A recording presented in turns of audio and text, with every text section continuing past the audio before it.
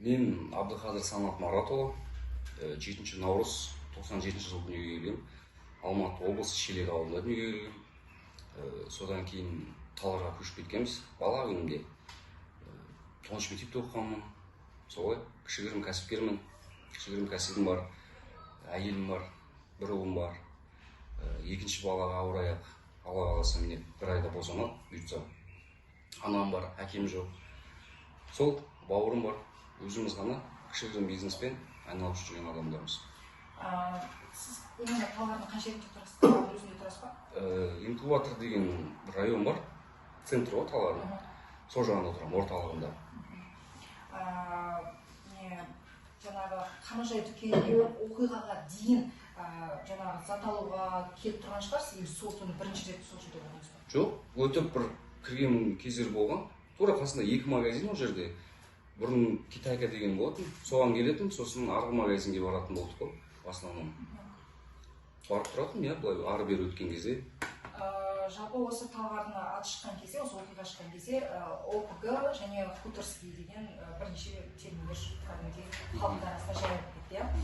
Енді сіз Талғарда бүкіл саналы ғұмырыңызды өткіздіңіз, айтыңызшы, ОПГ бар ма? Хуторлықтар деген өсек, қау өсек дейміз ба? Ондай тақырып қайдан шықты? Жеп тұрмаса шөптің басы қимылдамайды дейді ғой. Оның барлығы комментарийлерде жазылып, бүкіл халық осыны айтып жатыр. Сіз енді сол жерде тұрғаннан кейін естіген шығарсыз, көрген шығарсыз, білген шығарсыз осыны. Менің ойымша ол деген Қазақстанның түкпір-түкпір жақтарында бар деп ойлаймын, ондай бұзық райондар негізінде. Например, Шаңырақта бұзық мысалы қарап тұрсақ, Ұзынағашта да бар ондай район. Сол сияқты Алматы облысы Талғар жақта сол бригада деген ауыл в основном. Шынымен де бұзық балалар бар енді. Барлық жерде бар, Азатта да бар бұзық балалар, например. Солай, бірақ ОПГ бар деп мен ойламаймын. ОПГ деген ол мүлдем басқа нәрсе. Ол деген топтасып алып, адамдар тонайтын, организованный преступный группировка дейді ғой. Ол сондай адамдарды айтады. Бірақ аса ауызды көпіртіп айтатындай бір ОПГ бар деп ойламаймын мен. Хуторлықтар деген. Хуторлықтар деген ол былай ғой. Мысалы мен Алматының тұрғыны болсам, алматылық боламын ғой, дұрыс па? Астананың тұрғыны болсам, астаналық боламын. Сол сияқты олар деген хутор деген кезінде не берген? Атақ берген сол ауылға. Содан соң хуторлықтар деп айтып кетеді ғой. Сол мағынада кетіп қалған жағдай. Оны түсіндіріп, бірақ именно хуторлықтар сол хулиганствомен айналысады. Хулиганствомен айналысады болғанда бар, бұзық балалар бар. Жаман нәрсемен не болып тұр ғой, байланысты болып тұр ғой соған бар. Балалар бұзық шынымен де бар шығар онда, действительно.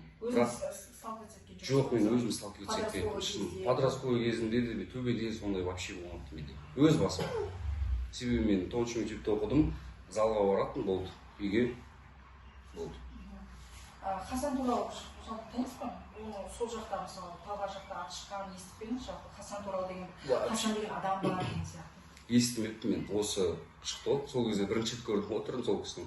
Жаңа тиктоктан, жаңа инстаграмдардан бірінші рет көрдім. Бірақ бұрын соңында естімеппін, шынын айтайын, естімеппін. Енді оқиға болған түнге келейік. Жалпы сол 4-ші қазан күні, 4-ші қазаннан 5-ші қазанға қараған түні болды ғой. 4-ші қазан күні жай обычный күн болды ма? Не істедіңіз мысалы?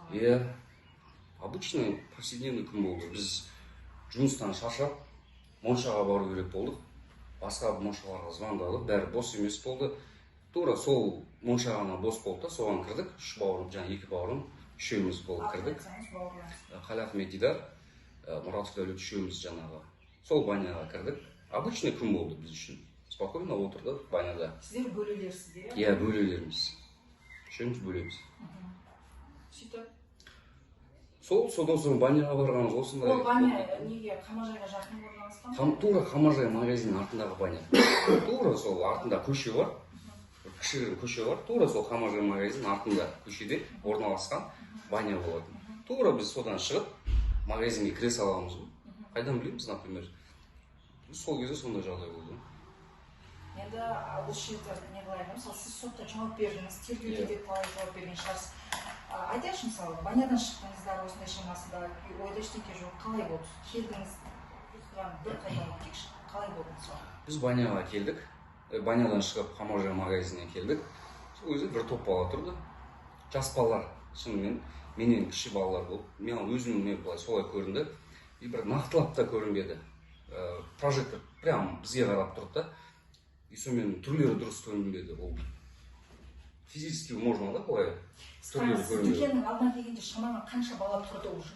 Бір 7-8 баладай, қателеспесем сондай бала тұрды, жас балалар тұрды в основном. И біз келдік, Дидар кіріп кетті, ары қарай өтіп кетті, Дәулет өтіп кетті, артында мен күліп келе жатырмын. Өздері бір бала келіп амандасты маған. Ол баланы танымаймын, бір бала келіп амандасты. Сосын қалайсың анау кіріп кеттік, ары қарай өтіп бара жаттым. Сол кезде жаңағы марқұм болған Ғайыпбаев Нұрғанат. Сол деген төбелеске келдіңдер ма деді бізге. Мен тұрдым да, жоқ, төбелеске келген жоқпыз. Қайдан мен шалмын ғой дедім да, кіріп кеттім. Сөйтсем ал жоқ айтты. Жоқ, шал емес сияқтысың ғой, асып кетсе 30-да шығарсың деді. Сосын тұрдым да, мен күліп ішке кіріп кеттім. Ол да күлді маған қарап. Күліп сұрады негізі менен. Асып кетсе 30-да шығарсың деп күлді да. Мен де күлдім, екеуміз кіріп кеттік магазинге.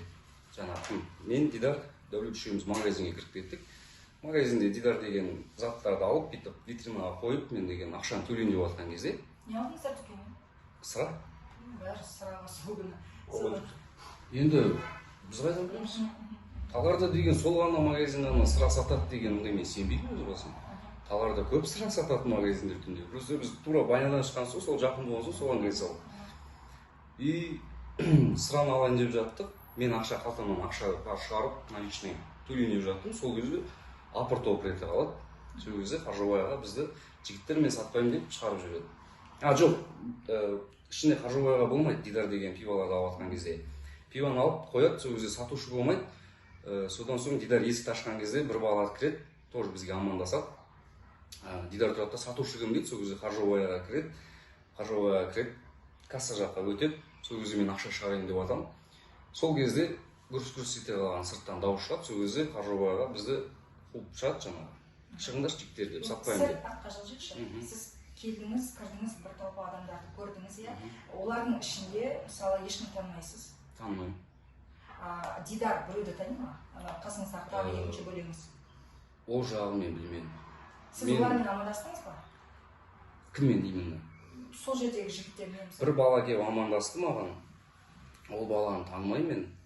Өтіп бараттым, Нұрғанат амандасты. По-моему, 2 адам амандасты маған. Нұрғанат сізбен уже диалогқа барды сол кезде. Иә, диалогқа өзі сатады мені. Жігіттер ерегеске келіңдер ма деді өзі. Мен жаңағы бала амандасқан соң, мен кіріп бара жатқан жерде жаңағы Ғайыпбаев Нұрғанат өзі сол диалогқа тартады мені.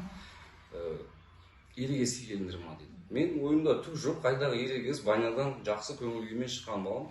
Жоқ, қайдағы ерегес, мен шалмын ғой деп күліп айттым. Тұрды, ол кісі маған күліп жауап береді. Қайдағы шал, асып кетсе 30-да шығарсың деп. Сонымен мен күліп кіріп кеттім магазинге. Сонымен диалог бітіп қалды. Иә, сонымен диалог бітіп қалды. Көп, вообще артық диалог болған жоқ. Тек қана сол ғана диалог болды. Содан сол жаңа магазинге кірдік. Сатушы болмады, пиво алып қояйын деп жатыр, ақша шығарайын деп жаттым. Сол кезде апыр-топыр дауыс естіледі. Сырттан естіледі. Сырттан естіледі, иә. Сол сөйтіп сыртқа шықтық. Дальше машина жаққа бардық. Машина тура машинаның артынан. Үшеуіңіз бірге шықтыңыздар ма сыртқа? Бірінші менің есімде қателеспесем бірінші Дидар шықты, иә? Бірінші Дидар шықты, Дәулет шықты. Артынан мен шығамын да прямой машина жаққа барамын. Қарасам, машинаның артынан жаңағы қара Мерседес автокөлігі жауып тастаған. Прям ыңғайсыз қойып тастаған. Сол Дәулетті отырғызамын машинаға. Мен алды-артқа беріп шығып, ар жаққа барамыз. Короче, сіздер шығастарда ана жерде топыр-топыр басталып кеткеннен кейін көрдіңіздер, бір төбелес па, бұл бір нәрсе болады. Бардыңыздар да өздеріңіз машинаға отырып. Ол кезде төбелес басталайын деп жатқан жоқ болды. Ол кезде сөзбен байланысып жатты. Мен аса қатты мән бермеймін, себебі төбелес деген жерлерде мен негізі басылым алыс жүретін адаммын да. Мен де Дидар да Дәулет те төбелестен алыс жүретін адамбыз. Себебі бізге ешқандай стимул жоқ ол жерде төбелеске қатысып, бірдеңе істеп жүрді. Біз өзіміз кәсібімізді істеп, жұмысымызды істеп, бала шағамыз бағып жүрген адамдармыз негізінде. Ол жерде ондай төбелес әлі басталмай тұрған болады. Сөзбен ерегісіп деп айтсақ. Сөзбен ерегесіп, иә, жанжалдасып десек болады. Вообще барған жоқсыз. Мен прям көрген жоқпын, мен дауыспен естідім жаңағы. Апыр-топыр еткен енді. Күлген дауыспен ерегескен дауысты ажырата аламыз ғой. Сол сияқты дауыспен болды в основном. Сосын шыққаннан кейін сол ерегісіп тұрған көрдіңіз ба? Естідім. Қараған шығарсыз? Жоқ, мен видеосына камераға қарасаңыздар жаңағы көрсетті ғой анда видеода сотта. Мен шыққан прямой өтіп кеткен ғой. Ешкімге мән бермегенімді, ештеңе қарамағанымды. ал темекі салып, тікелей машинаға иә, сосын артыңыздан екі артымнан екі не? бөлеңіз отырды ма или қалай? Иә, жоқ, Мұратов Дәулетті отырғыздым рөлге, потому что біз кішкене пиво ішкен болатынбыз, а ол ішпейді. Соны рөлге отырғыздым, мен отырдым, Дидар отырады. Сол кезде біз артқа беріп шығамыз, ары жүрген кезде қатты дауыс естіледі. Қатты дауыс естіледі. Қанша секунд минут? Ол жағын шынымды айтсам, ұмытып қалыппын, одан бері қанша уақыт өтті, бірақ тез.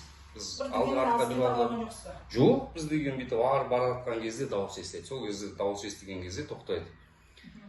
Тоқтайды да Дидар түсіп кетеді. Дидар түсіп кетеді, содан соң мен деген артында отырған болатын, Аджо мен алдында отырдым. Шығамын да, руль жаққа барамын да, зажигалка сұрап, по-моему, или очкиімді сұрадым Дәулеттен. Арада 2 минут қой, сол сұрадым, жаңа Дәулет маған айтты. Сақауға жоқ екен деді, мен все хорошо дедім да, Дидар деп 2-3 рет айғайладым. Сол кезде Дидар келді. Ол сөзде даже сотта прокурор мырза өзі дәлелдеген 2 минут 20 секундта Дидар қайттан кетіп қалды деп. Барып 2 минут 20 секундта қайтып кетіп қалды деп прокурордың өзі дәлелдеген сол сөзімді. Сіздер 2 минут бойы не істедіңіздер, сонда Дидар кетіп барған кезде? 2 минут тез өтіп кетеді ғой. Мен деген былай алдына қарай барып, Дәулет жаққа барып, либо зажигалка сұрайын дедім, либо темекі сұрайын дедім. Ол сіздер Дәулет екеуіңіз тоқтаған жерде төбелес көрінбейді сіздерге, иә? Көрінбейді. Себебі төбелес. Оны көру үшін Дидар сол жаққа барып, төбелесті көріп 2 минуттан кейін қайтып келген. Иә. Төбелес көрінбейді, себебі деген төбелес басқа көшеде болған. Руставели көшесінде болған, иә, менің ойымша. Ал жоқ, прям Қамаржайдың алды емес, Қамаржайдың мына жағындағы көделең жатқан Руставели көшесінде болған. Шота Руставели. Қиылыстан көшеге ал біз Шота Руставели тұр, мына кісілер магазин. Менделеева отырғанбыз. Бәрі өтіп кетеді да, Қамаржай магазин, ана Шота Руставели мына шетте болады да. Мына жақтан ешқандай көреміз, өйткені бір магазин тұр. Магазин былай. Магазин прям. Былай магазин тұрса, мына жерде магазин тұрса, не былай. Былай магазин тұрса, біз мына жақта тұрғанбыз. Менделеевадан Рысқұлова жаққа. Ал төбелес мына неде болған? Шота Руставели. Дауыс естілгендей деп айта алмаймын, дауыс естілмеді деп алмаймын. Потому что мен мән бермеймін оған. Маған вообще бәрібір ондай төбелес, ондай жағдайларға. Мен өзім спокойно, Дидар да спокойно адам, Дәулет те спокойно адам. Содан Дидар келді. Жаңа прокурор мырза өзі айтты ғой, 2 минут 20 секунд деп, қателеспесем. Келді, отырды, кеттік. Айтты ма, Дидар орда анақта төбелес болды, біреу атты. Жоқ, ондай ештеңе айтқан жоқ. Сонда үнсіз келіп отырып қалды. Что там дедім ба? Что там дедім, я сол кезде айтты. Ничего, нормально деді. Вообще, ол еще көрді өзі, бір талпа адам не болып жатқан, қырылып жатқан. Көрді де бүйтіп сенің айтпаңыз. Мысалы, 2 минут ана жерде көріп келсем, машина кісі, ана жақта қырғылып жатыр деп айтып беретін едім мысалы. Ол ештеңе айтқан жоқ, неме кетіп қалды. Көрдім деп. Олай нақты айтпауыңызды сұраймын, себебі деген даже сотталып отқан жаңағы пышақ тыққан балалардың өздері үйлеріне барғанда бірақ білген ол жерде бала қайтыс болып кеткен. Жоқ, просто потасовка, бір драка болған деген ғой. Жоқ, талдарда көп қой ондай. Талдарда ғана емес, ол көп қой, біраз жерде бар ғой төбелес деген. Білмеймін ол деген талдарда бірінші бір Қазақстан бойынша бірінші рет төбелес болып жатқан жоқ шығар. Очередной, обычный. Балалар тұрады сондай ғой, например. Кім білсін ол жерде қандай болып кеткенін. Егер біз ол жерде сондай болатынын біліп баратын болсақ, исход басқа болар ма еді, например. Ешқандай өлім болмас еді. Содан қайттыңыздар? Содан қайттық, иә. Үйге бардық. Таңертең деген келіншегім Криспиді қарашы дейді. Қарасам, сондай жағдай болыпты, сонымен жағамды ұстап, қорқып, біраз уақыт өтеді. Біраз уақытта өткеннен кейін біз өзіміз бардық. Сіз уже Криспиде түсіндіңіз бе, ол түндегі біз Иә, біз барған жер. Түсінесің ғой, талға кішкентай жер, бүкіл мекен-жайларын білесің біраз. И сонымен біраз уақыт өтті, шум шықты, жаңағы резонанс көтерілді. Содан соң мен, Дидар, Дәулет үшеуміз жаңағы РУДыға өзіміз баруды жөн көрдік қой. Өздеріңіз бардыңыздар ма? Иә, өзіміз бардық, осылай. Жоқ, алып кетіп, ондай задержание. Қанша уақыттан кейін өздеріңіз бардыңыздар? Сол резонанс болды, содан кейін бардық біз. Қанша уақыттан кейін? 2 күннен кейін, по-моему. Сол резонанс болғаннан кейін 2 күннен кейін біз өзіміз бардық, осылай болды, осылай көрдік деп барып өзіміз айтқанбыз. То есть ешқандай бізді артымыздан келіп, бізді естіріп, ондай ештеңе болған жоқ. Алимент жерде бір пікір жүрді, сізді изначально күдікті деп таныған, потом күдіктіден куәгерге алды. Изначально статус қандай болды соны? Басынан бастап тергеп тексеру кезінде куәгер деген статус берді. Сізге? Маған, Дидарға, Дәулетке. Дидар қалай потом? Жоқ, олай емес. Сразу бізге, үшеумізге де не берді? Куәгер деген, жай ғана куәгер деген статус берілді. Ол содан соң екінші допроста Дидарды қамауға алды. Ол сол көргенін білмеген ғой. Шын айтқанда. Допрос қанша жауап алды сіздегі? Мысалыға өткенде Әскетайдан 6 жауап, 3 беттестіру деген сияқты общий 10 жауап алған ғой. Сіздердегі куә ретінде қанша жауап алынды, қанша рет беттестіру болды? Біз бірінші Талғардың РУДысына бардық. Өздеріңіз барған бірінші күн? Ол жақта бірақ бізден допрос алынған жоқ, біз сол жаққа бардық. Осындай жерде болып едік, бізде көріп едік деп өзіміз бардық. Содан соң бізді ДВД-ға жіберді, Қонаев қаласына жіберді. Сол кезде бірінші күні берді допрос, екінші күні берді допрос. Болды. Екі алды. Потом Қалиахметті күдікті Үшінші допросқа шақырған кезде Қалиахмет Дидарды күдікті ретінде алып кетті. Сол кезде алып кетті. Сіздерде допростарға мысалы кеше Әскентай азаннан кешке дейін жауап берді, барлығында қысым көрдім деп айтты. Мысалы сіздерде қысым болды ма? Қысым болмады. Ешқандай да қысым болмады. Именно біз үшеумізге ешқандай қысым болмады. Бізге даже бір дауысын көтеріп сөйлемейді ешкім. Мән-жайды бәрін ашып тұр деп, есімізге түсіріп, болған мән-жайдың бәрін айтып бердік. Ешқандай дауыс көтеру, жаңағы ондай ештеңе болмады. Енді қараңыз, бір момент бар да, мысалға, ол жаңағы әлеуметтік желіде тарап кеткен, сіздің допроста, жаңа беттестіруде, Қаржаубаймен беттестіруде, жаңағы октябрь 28-де болдым, беттестіруде берген видеоңыз, бейне жазбаңыз, и сотта соңғы берген жауабыңыз қазір екеуі бірге қосылып, бүкіл әлеуметтік желіде тарап жатыр, бүкіл хейтінлер содан да келіп жатқан шығарсыз. Ол жерде мен сізге бағана видеоны көрсеттім, оны кісілермен де талқыладық. Сізге тергеуші сұрақ қояды. Сіз жаңа Қаржаубай айтады, осы жігіт деп сізге сол көрсетеді. Делайте деп айтты, мен шалмын, мен төбелесуге келген жоқ, мен үшін жастар төбелесек деген тема айтты деп сізге көрсетеді. Сіз жауапты айтасыз, мен олай жасамадым, ондай нәрсе айтпадым. Сізге тергеуші сол кезде қайтадан сұрақ қояды. Міне айтып отыр Қаржаубай, мен шалмын ғой, мен төбелеспеймін, мен үшін басқалар төбелесек дегенде сіз жоқ деп айтасыз. Бірақ сотта сіз айтасыз, мен шалмын, мен ерегісуге келмедім деген нәрсені айтасыз. Енді қараңыз, көпшілік халық бұны мияқта жоқпын деп, жоқ шал емеспін деген нәрсені айтады да, а сотта мен шалмын, ерегіске жаңағыдай бармаймын деп айтады. Яғни көпшіліктің көзінде бұл екі түрлі жауап болып қазір қабылданып кетті. Енді сізге осы сұрақ, бұны құлашын ашып берсеңіз. Беттестіру кезінде... Шында да сіз екі түрлі жауап бердіңіз бе? Әлі қалай болды? Жоқ, оны халық түсінбеді, дұрыс түсінбеді деп ойлаймын. Себебі біз беттестіру кезінде маған бірден екі сұрақ қойылды. Бір сөзбен екі сұрақ қойылды. Сен мен шалмын ғой, мен үшін мен емес жас балалар төбелеседі ғой деген сөзді айттыңыз ба деді. Мен сол кезде жоқ дедім. Себебі мен действительно мен үшін жас балалар төбелеседі ғой деген сөзді айтпадым. Бірақ мен шалмын ғой деген сөз шын, мен айтқам оны. Бірақ мен үшін жас балалар төбелеседі ғой деген сұраққа мен жоқ деп жауап бердім ана жерде. Ол жерде тергеуші мырза просто деген бір сөзбен екі сұрақ қойды да, сонымен мен солай жауап беруіме тура келді. Бірақ шынымен де мен шалмын ғой деген сөз айтылған, бірақ мен үшін жастар төбелеседі, делайте деген сөз айтылмаған болды. Қаржаубай жауап берді ғой, мысалы неде бірінші, неде алғашқы отырыстарында 18 сәуірде. Сол жауапты тыңдадыңыз ба сіз? Прокурор сіздерге қатысты сұрақ қойды, сол жауапты тыңдадыңыз ба? Сотта ма, біз жайлы айтқан? Иә, тыңдадым. Сол кезде жаңағы кімдерді жәбірленуші тыңдаған кезде емес пе? Иә, ол кезде тыңдадым. Сол кезде Қаржаубай ағамыз шынымен айтты. Дидардың қасындағы екі балаға басын артық айтып қойыппыз, қатты айтып қойыппыз, күмәндандық, бәріне жала жаптық, жаңағы кінәладық дегендей. Бірақ акцентпен түскен Дидардың қасындағы екі балаға ешқандай менің претензиям жоқ дегенді айтты шынымен. Себебі ол шынымен де солай. Бас кезінде бізге кішкене Қаржыбай ағамыз боқтады, шыны керек ДВД-да бізді ше боқтады, бірақ түсінеміз ғой ол кісіні. Оңай емес, баласынан айырылып отыр, соншама бауырынан айырылды.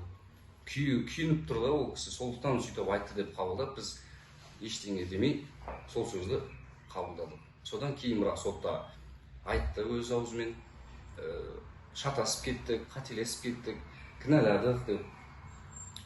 Сол. Енді қараңыз, Қаржыбай сөйтіп солай жауап берді, сол жәбірленуші. Дәл сол күні Гүлбара келіншегі де жауап берді.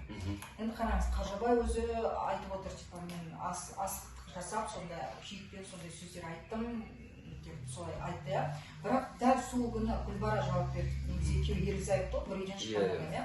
Бірақ Гүлбара делайте деген адам бар деді, Чика деген адам бар деді, мен шалмын деген, дәл осы нәрсені жаңағы беттестірде болған нәрсені Гүлбара да айтып беріп отыр да. Ол не үшін олай айтып отыр деп ойлайсыз? Күйінген ана ғой. Мен бұл сұраққа тек қана солай жауап бере аламын. Күйінгеннен, может, қателескеннен, жаңа сол жерде болған адамдардың бәрін заң алдында жауап бергенін қалаған шығар. Бірақ заңға келетін болсақ, біз ол кісімен вообще көріспедік, мүлде көріспедік ол кісімен. Біз кетіп қалғаннан кейін, может, келген шығар ол кісі. Бірақ мен лично өзім ол кісіні көрмеген. Ол кісі мені де көрмеді деп ойлаймын. Потому что біз никак пересекаться етпедік, қалай қазақша жаңағы кездеспедік сол жерде. Жалпы Чика деген лақап қайдан шықты? Қазір күн жерде осы, мысалы, сіз енді сол жерде, может, Талғарда бір Чика деген бір баскесер болған шығар, не знаю, Хасан деген ұсталып отыр қазір. Сондай бір естігеніңіз бар шығар. Қайдан пайда болды бұл? Онысын мен білмедім, ол жерде кішігірім қателескен шығар, может. Қалай қателесті өзіңіздің жобаңыз? Ол жерде енді сондай ажиотаж жер болды ғой, например, қателесіп кетуі мүмкін ғой, адамымыз ғой бәріміз. Бірақ мені ешқашан Чика деп атамаған, мүлде. Менің атым Самат, бәрі Сәке дейді, Санчо дейді. Жаңа өзімде достарым, бала күннен өскен достарым, класстастарым, служақтарым, солардан менен сырттай тыс сұрасаңыздар болады, никогда мені Чика деп атамаған. Және ол жерде Нұрғанат Ғайыпбаев, жаңа Қаржыбай ағамыз өздері деген айтқан тергеу барысында звондап хабарласып шақырды деген. Бірақ тергеу барысында оның бәрі дәлелденген. Ешқандай да телефон звонок, детализация ештеңе жоқ. Сол күні ұстаған телефонымызды алып кеткен 4 айға, 5 айға алып кетті, тексерілді, пилинговать етілді. Связь бар ма деп тексерілді. Звонок бар ма, контактлар бар ма деп тексерілді. Жоқ, ешқайсының номер жоқ ол жігіттердің, ешқайсысын мен танымағам, олармен бүйтіп амандасып, сырласып, ондай болған. Қалиахмет Дидар ғана менің бөлем, жаңағы. Қалған былай бір сырттай тану деген. Сырттай тану дегенде бір бала жаңағы аты кім еді? Біреусі біздің мектепте оқыған екен, жаңағы бір айтып қалды, сол балалармен өзіміз тұрған кезде, өз дос балаларым қал жағдайын сұрауға келген кезде айтып қалған, осы біздің мектепте оқыған ғой деді. Бірақ мен өзім мектепті бітіріп кеткеніме уже 10 жылдан аса уақыт өтіп кетті да, бірақ сөйлеспеппін, шынымды айтсам. Ал қалғандарын вообще сөйлеспеппін. Сөйлесіп, танысып. Дәулет сырттай тану мүмкін. Шынымен. Дәулет ол сондай бала болды, жан-жақты бала болды да. Тренировкаларға көп барды, жаңағы шахматқа көп барды. Сол кезде может танысып, сөйтіп сөйлесіп қалғандар шығар. Бірақ қазір емес. Біраз жылдар бұрын мүмкін. Сіздер үшеуіңіз көліктен түстіңіздер ғой. Сол кезде мысалы Қалиахмет бір баланы класстасым бір жыл мектепте оқыған, бір класстас болып, сыныптас болып оқыған деді маған. Сол кісімен барып амандасты ма Қалиахмет? Мен Қалиахмет туралы айтуға болмайды. Қалиахмет ешкімге айтқан жоқ, ешкімге ол әлі тергеу құпиясы. Сонымен опығы жоқ дедіңіз, опығы жоқ. Елдің бәрі бар деп айтыр сол. Жоқ, опығы жоқ. Опығы деген ол. Бірақ андай бір кучка болып жиналатын, бір хулиганствомен айналысатын адамдар бар ғой. Бір бұзықтар болып қалатын шығар енді шынымен де. Просто сіз айттыңыз ғой бағана. Төбелес қалып, сондай мән бермедік, өйткені бұл Талғарда бірінші болып жатқан төбелес емес қой, сондықтан мән бермедім деп айтасыз. Иә, Талғарда көп қой төбелес негізінде.